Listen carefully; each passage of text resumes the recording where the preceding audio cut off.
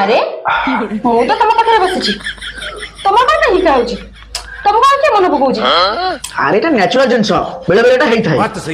ନହେଲେ ବୋଉ ବୋଧେ ମନେ ପକଉଥିଲେ କଣ ଏଠି ଆଉ। ବୋଉ ମନେ ପକଉଥିବେ? ହଁ ମନେ ପକଉଥାଇପାରେ।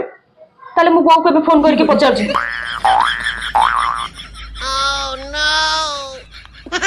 ହ୍ୟାଲୋ ବୋଉ ନମସ୍କାର। ମୁଁ କଣ କହୁଥିଲି କି ତମେ ତମ ପୁଅ କଥା ମନେ ପକଉଥିଲ କି? ନାଇଁ ହଉ ହଉ ମୁଁ ଆସିଛି। ହଉ ହଉ। ବୋଉ ତ କହିଲେ ତମ କଥା ମନେ ପକଉନଥିଲେ, ତାହେଲେ ତମ କଥା କିଏ ମନେ ପକଉଛି? କିଏ ସେ ରାକ୍ଷସୀ? ସତ କୁହ, କିଏ ସେ ସିଏ? କିଏ ସେ ତମ କଥା ମନେ ପକଉଛି? ଆରେ ବେଳବେଳେ ହେଇଯାଇଥିବ କାହାକୁ ମନେ ପକେଇନି। ସତ କୁହ, ନହେଲେ ବେଲେଣା କାଟିକି ପାଟିରେ ପୁରେଇ। କେହି ନାହାନ୍ତି ଏ ତୋ ବିନା ମୋର ଆଉ କେହି ନାହାନ୍ତି, କେହି ନାହାନ୍ତି।